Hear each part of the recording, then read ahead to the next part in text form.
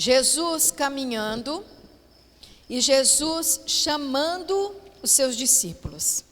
E ele começa ali, ele vai passando e ele fala assim, Pedro, ele encontra Pedro, Tiago, João, e ele fala assim, vem comigo, me siga. Jesus, quando ele andou, ele falava para muitas pessoas, e ele curava muitas pessoas, e ele libertava muitas pessoas, e ele falava ao coração de muitas pessoas, mas ele chamou alguns, é assim que diz a palavra, que ele andou e falou assim, Pedro, vem comigo, Tiago, vem comigo, João, vem comigo, ele chamou, e diz a palavra, que eles saíram, largaram tudo e foram seguir Jesus. Então nós temos aqueles que eram curados, que eram tocados por Jesus, aqueles que eram libertos, mas tinha aqueles que foram chamados.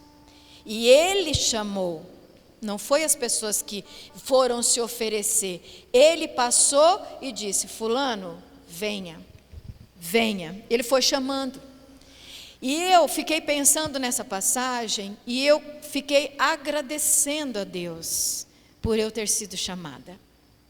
Se você veio, é porque você foi chamado e disse sim. Porque o Senhor passou e falou, fala o teu nome aí, fala o teu nome. Ele falou, venha. E você foi. E um dia eu também fiz isso. E todos nós que caminhamos até hoje com o Senhor, há mais de 30 anos, nós um dia escutamos esse chamado e falamos, tá bom, Senhor, eu vou. E fomos. E eu estava pensando que honra e que felicidade e que alegria eu ter escutado esse chamado e ter seguido. Porque esse chamado fez toda a diferença na minha vida. Esse chamado trouxe uma vida nova. Esse chamado trouxe um caminho novo. Porque quando Jesus chama e você aceita, você vai com Ele. E aí o seu caminho não será mais aquele. O seu caminho será junto com Jesus. E não só é uma honra, como é uma graça muito grande. Eu olho hoje para a minha vida e falo, Senhor, que graça o Senhor me deu. De eu ter escutado e ter ido, e olho a minha vida e falo, Senhor, quanta coisa boa o Senhor fez na minha vida. O Senhor quer fazer isso na sua vida.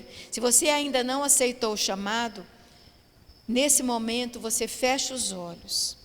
E se você sente que o Senhor chama e diz, vem fulano, venha comigo, venha nesse caminho comigo, eu vou te levar pelos meus caminhos.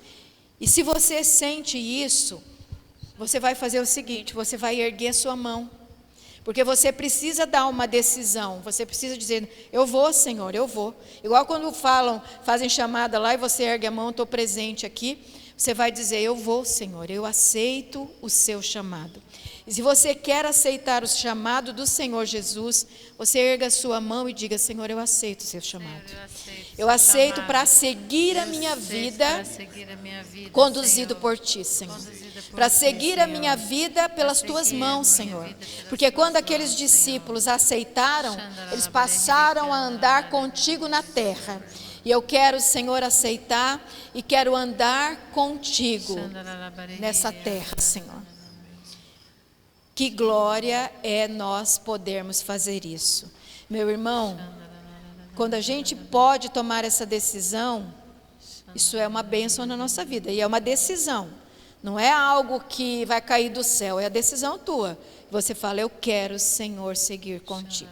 E quando nós vemos toda a história que está na Bíblia, desde o início, todas as histórias de todas aquelas pessoas, nós vemos a fidelidade de Deus e que Ele se alegra em cumprir as suas promessas para todo aquele que espera nele. Eu comecei a reunião falando que o Senhor passou e chamou as pessoas, não chamou todos, não chamou todo mundo que seguia Ele, chamou aqueles que Ele quis, mas aqueles que Ele chamou, eles aceitaram e eles começaram a seguir Jesus por todos os lados por onde ele ia, eles seguiam Jesus. E o Senhor garante, ele garante que aqueles que o seguem, ele não deixará de cumprir as suas promessas. Se você seguir Jesus, se você decidiu, e a decisão é de cada um, né? A decisão é de cada pessoa. Se a pessoa decide seguir Jesus, é a decisão dela. O Senhor jamais vai deixar de cumprir as suas promessas para você. E a palavra de Deus diz assim: você e a sua casa, ainda tem essa bênção depois, em consequência. Não é só você e a sua casa, você e a sua família. O Senhor ainda garante isso. Aquele que aceitar ele será salvo, tu e a tua casa. A família vai junto. Então é uma decisão que a pessoa toma, alguém tem que tomar, alguém humano, tá? Alguém da família tem que tomar a decisão. Às vezes eu falo para as pessoas, ela fala assim: o que eu faço? Eu falei: você é o único que vai tomar a decisão pela tua família toda. É você que vai tomar essa decisão. Se você tomar, nós temos uma garantia que o Senhor dá, que Ele será fiel. É assim que Ele fala. Ele será fiel, porque Ele te chamou, você aceitou e Ele te conhece. Você não conhece tão bem Ele, mas Ele te conhece. E Ele te conhece e Ele garante a você que será salvo tu e a tua casa, e que Ele é fiel até o fim. Fala para a pessoa aí do lado: ele será fiel, Ele é e será fiel até o fim, porque é assim que Ele é. É assim a natureza de Deus. Ele é fiel. Pode acontecer o que for na sua vida, Ele garante. Está entendendo? Ele não diz assim: não vai acontecer mais nada de mal na sua vida. Sua vida será um parque da Disney. Mentira, isso não é o que Deus fala. Ele não fala isso. Ele fala assim, que Ele será fiel. E Ele diz lá em João: e você pode enfrentar todo mundo mal, e você pode enfrentar o inimigo nesse mundo. E Ele fala assim: mas eu estarei garantindo, eu estarei com vocês. É a oração que Ele faz lá em João, antes dele ir à morte. Ele fala isso: não peço que os tires do mundo, está entendendo? Mas que os livre do mal. Significa que nós vamos andar nesse mundo com Jesus, vamos enfrentar as coisas do inimigo, sim, tá? Sim. Não posso mentir, enganar vocês e falar vai ter tudo flores, vai ser uma beleza, vai ser tudo maravilha. Não é verdade, a palavra não diz isso. Mas ela diz assim, que você vai vencer em todas as coisas, porque o Senhor vai estar com você. Você vai enfrentar as dificuldades, você vai enfrentar o inimigo, que é o dono desse mundo, mas você vai ter vitória. Então fala para a pessoa aí do lado: mas você vai ter vitória. Essa é a garantia que nós temos. É uma garantia que o Senhor nos dá, porque estarei convosco até o fim dos dias. Porque o Senhor vai caminhar conosco até o fim. Por isso nós vamos ter vitória. Por isso cada coisa que nós passarmos, o Senhor vai garantir a vitória. Fala para a pessoa do lado: você tem a vitória garantida. Você tem que ir adiante, porque você vai ter a vitória garantida. Não tenha medo. Não tenha medo do que vai acontecer com você, porque você tem a vitória garantida. Nós estamos na terra, aqui nesse mundo, vivendo a nossa vida, e sempre com uma luta muito grande. Não adianta a gente se enganar. Não adianta a gente querer fingir que não é assim. É difícil mesmo. Mas não está nada fora do que o Senhor já nos alertou. Porque Ele alerta o seu povo e diz Ele chama primeiro aqueles que querem seguir Ele ensina muitas coisas, né? Mas chega lá no fim, quando a gente vê lá no Evangelho de João, no final, que ele está terminando a sua vida, ele fala desse jeito, ele fala assim: não peço, ele faz a oração por aqueles que vão ficar, e ele fala assim: não peço que os tires do mundo, mas que os livre do maligno. Porque ele sabe que a nossa luta é contra o inimigo que está na terra, e é uma luta muito pesada. Não pense que a sua luta é mais pesada que a do outro ou do outro mais pesada que a tua. Todos temos uma luta da vida muito pesada. E a primeira coisa que a gente tem que fazer é reconhecer isso. E não viver de ilusão. Não viver com medo de que não é assim, porque é assim. Mesmo aqueles que fazem de conta que não é, porque está cheio de gente que faz de conta que não é. Mas é dentro da nossa vida, desde quando nascemos, nós vamos enfrentando lutas do mundo, porque lutamos contra o inimigo de Deus que tenta nos destruir. Vamos vivendo essas lutas, desde a nossa família, já começa assim. E o Senhor alerta, e Ele fala assim, mas não é para tirar eles do mundo. Ele fala, não peço, falando com Deus, não peço que os tires do mundo. Porque não seria fácil, o Senhor pega e tira a gente desses problemas todos, tira desse mundo horrível, e nós vamos viver lá no mundo do conto de fadas. Ele não fala isso não, isso não é verdade. Ele fala assim, não peço que os tires do mundo, mas os livre do maligno. O que significa um amparo na nossa vida. Então, ao mesmo tempo que nós enfrentamos tudo isso, e não adianta você fingir que não enfrenta. Isso é a política do mundo, fingir que está tudo bem, fingir que não está enfrentando nada. Isso é coisa, é um engano, que é o próprio Satanás que coloca, para a pessoa ficar pior ainda, quando ela ainda tem que fingir que está tudo bem, e que está tudo ótimo, e que ela tem que fazer aquele jeito de viver que o mundo impõe para ela. E o Senhor fala, não, eu só peço que os livre do maligno. O que significa que todas as nossas lutas que nós enfrentamos, e as nossas dores, e as nossas dificuldades, quando a gente cantou a música lá, louvado seja pelo sol, pela lua, até isso é fácil, mas pelos que nascem, pelos que morrem, né? Quem passa pela morte sabe que negócio não é fácil não, não é fácil não, é muito difícil de enfrentar isso, é muito difícil de viver essas coisas, não é simples não. Mas o que o Senhor nos coloca é, não viva fingindo, mas eu te darei condições de vencer. Eu te darei condições de vencer o maligno que está causando todas essas coisas no mundo. Eu te dou as condições. É assim que Ele garante. Essa é a garantia que eu tenho para a minha vida, e essa é a garantia para a tua vida. É a única garantia que o Senhor nos dá quando Ele fala isso. Lá no final, Ele diz, não peço que os tires do mundo, mas os livre do maligno. Significa que, se eu buscar a Deus nas minhas dores, nas minhas aflições, nas minhas lutas, Ele vai me socorrer. E Ele vai me livrar das armadilhas de Satanás. E Ele vai me livrar do mal que está depositado sobre a minha família. E Ele vai me livrar do mal que chega na minha casa. Vocês estão entendendo? E eu tenho que entender isso não como uma coisa mágica, que vai acontecer assim, o Senhor vai me livrar de tudo, a minha vida vai ser paz e sossego. Ele não garantiu isso. Isso é mentira, Ele não garantiu isso.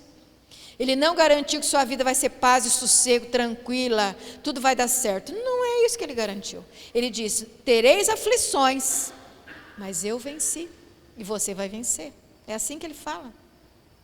Então nós temos que entender isso para a gente não ficar assim enfraquecido, porque quando você fica pensando que o Senhor vai fazer essas coisas assim, sua vida vai ser só flores, você fica desanimado se você pensar assim, e não é verdade, é mentira isso, não é assim que Ele ensina. Ele fala assim, você terá lutas, aflições, mas você vai vencer, essa é a garantia. Fala para a pessoa do lado, você vai vencer até o fim, você vai vencer. Eu não sei o que você vai vencer e nem quando você vai vencer, mas você fica com o Senhor, porque Ele fez essa oração e Ele nos garante que nós venceremos. Amém? Nós venceremos. Fala para você mesmo, eu vou vencer. Eu vou vencer todas as coisas. Eu vou vencer essas coisas que estão na minha vida. Eu vou vencer os meus inimigos. Eu vou vencer os ataques que eu sofro. Eu vou vencer as dores que eu passo. Eu vou vencer. Porque é a garantia de quem? Eu que estou falando essa garantia? Não. Está lá na palavra de Deus. João, no último capítulo está lá. Oração sacerdotal. Ele fala isso. Não sou eu que estou falando. Não estou inventando, isso é para mim também. Eu também proclamo essa palavra para a minha vida, de que todas as coisas que eu enfrentar, o Senhor garante, você vai vencer. Eu vou dar a melhor saída para você, eu vou dar a vitória para você. Aí eu quero falar hoje que como é que nós vamos encarar, né, essa nossa vida e como nós devemos orar, como nós devemos fazer, né? Eu devo rezar que jeito? Isso é uma coisa que todo mundo pensa, o que eu devo fazer? O que eu devo rezar? Como eu devo conduzir as coisas em oração? E tem uma passagem que é o que eu quero falar hoje para nós, que ela é muito simples, está em Tiago capítulo 5, e ela dá uma instrução certeira de como é que você tem que conduzir as suas orações diante de Deus, diante das coisas que acontecem com você. Porque a gente escuta muitas fórmulas, não sei vocês, mas eu escuto bastante coisa assim, bastante fórmulas, né? Se você rezar o rosário todo dia, você vai conseguir se livrar. Se você fizer tal novena, você vai vencer. Se você fizer essa campanha de oração, você vai vencer. Se você fizer uma consagração lá, a Nossa Senhora, né, que nem agora a Nossa Senhora das Graças, você vai vencer. Nós recebemos muitas fórmulas, mas eu, depois de 34 anos em grupo de oração, eu vejo que as fórmulas são fórmulas, mas que elas não correspondem a o que realmente vai acontecer, tá? Elas existem, elas são muito boas, mas elas são fórmulas. Eu não posso me fiar em fórmulas que me dão como se elas fossem tudo, né? Se eu rezar o rosário todos os dias, eu estou protegida, minha vida está protegida, está tudo imune, porque a gente vai vendo que não é assim. Eu sempre falo, a gente vai ficando mais velho, vai vendo bem como é que são as coisas, tá? Mas, por outro lado, não é o que o Senhor ensinou. Isso são ensinamentos humanos, tá? Isso são regras humanas. O que está na palavra de Deus que o Senhor nos diz sobre como orar na nossa vida, como conduzir as situações da nossa vida? Aí está lá, eu achei lá em Tiago capítulo 5, foi o que o Senhor me colocou aqui. E é um versículo um versículo só. Ele fala assim: está alguém aflito entre vós? Ore. Está alegre? Cante louvores. Está alguém doente? Chame os presbíteros e ore sobre essa pessoa e ela ficará curada. Só isso que fala nesse Tiago capítulo 5. E eu fiquei pensando, Senhor, o Senhor está dando uma instrução de como é que nós vamos conduzir as coisas que nós passamos na nossa vida. Você está aflito?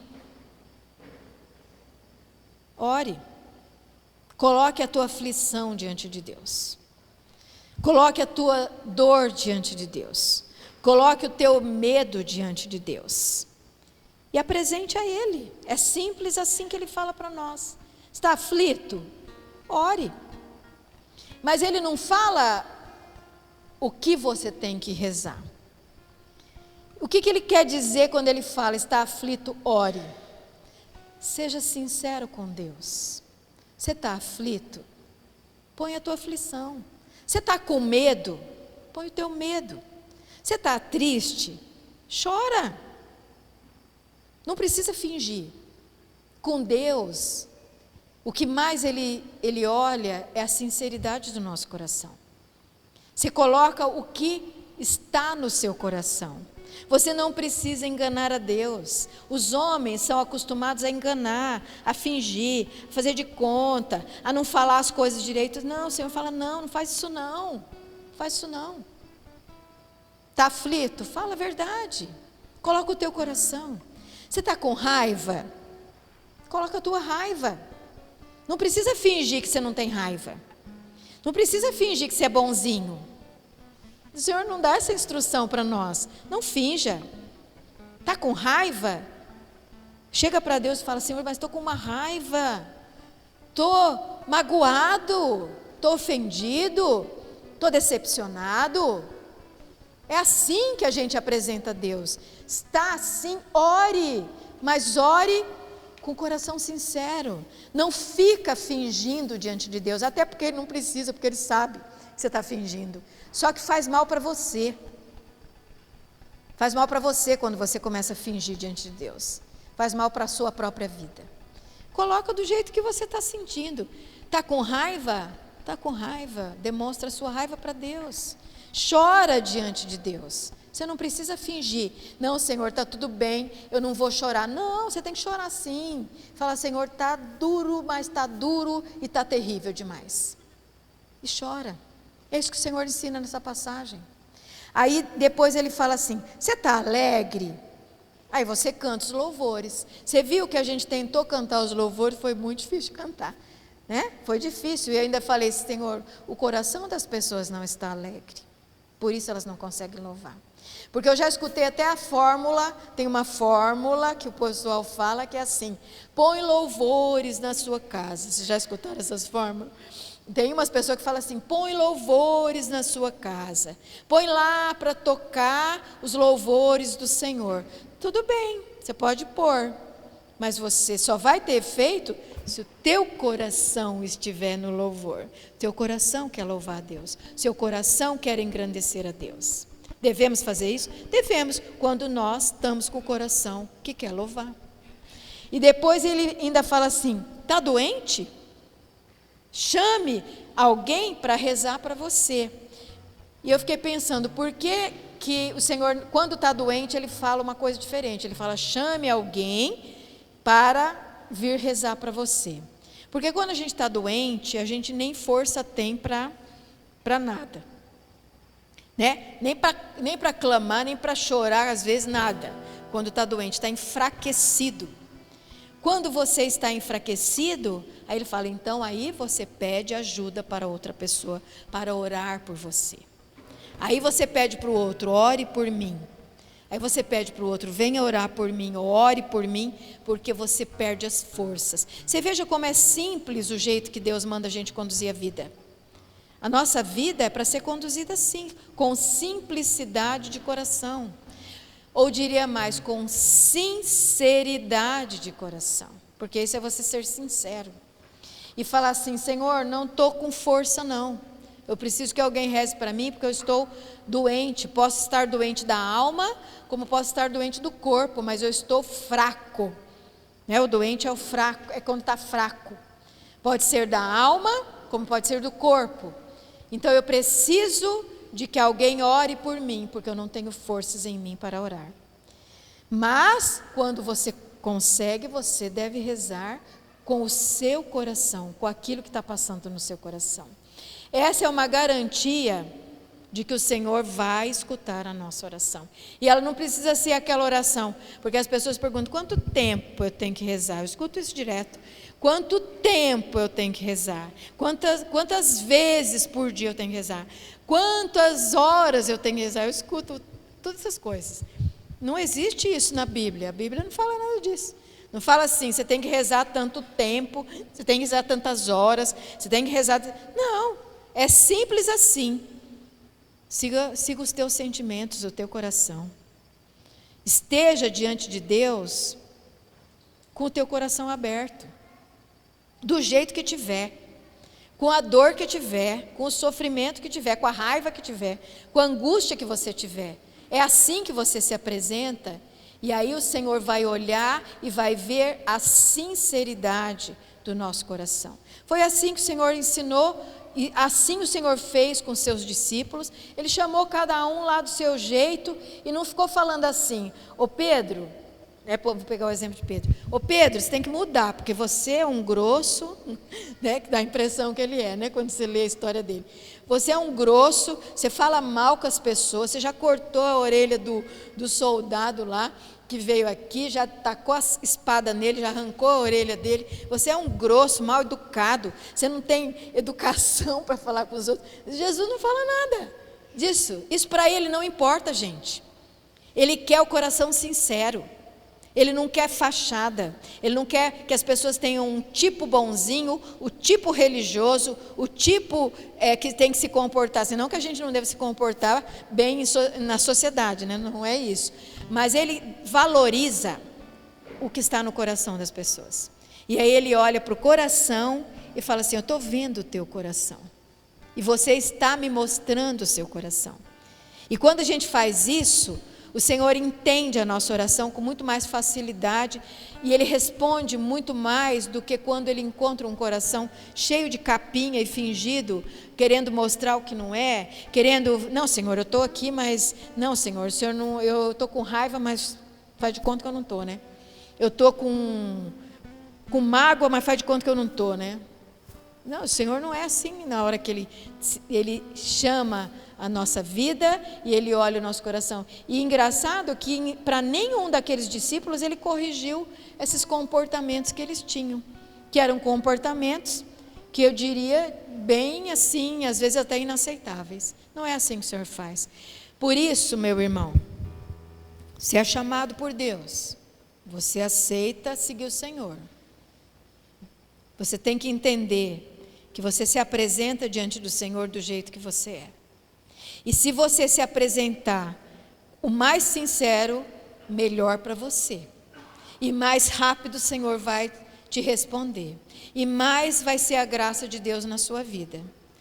Quando você se apresenta totalmente sincero, o Senhor fala: eu estou vendo a tua vida, a tua sinceridade. Eu vou responder a tua oração.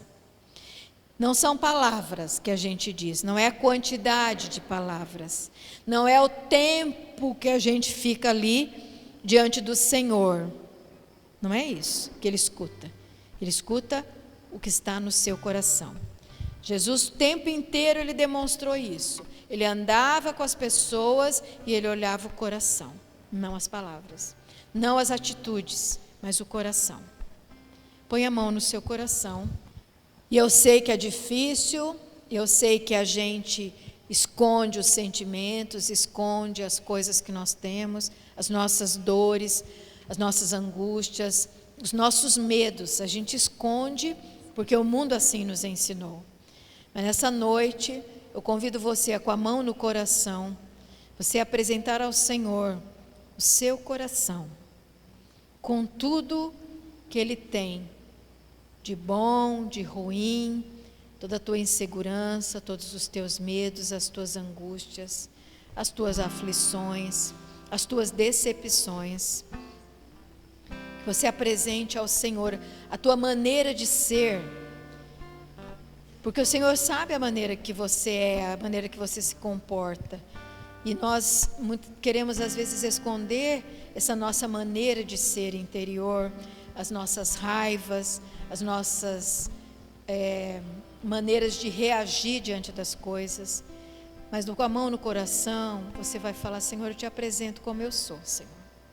Eu sei que o Senhor já me conhece de muito tempo como eu sou.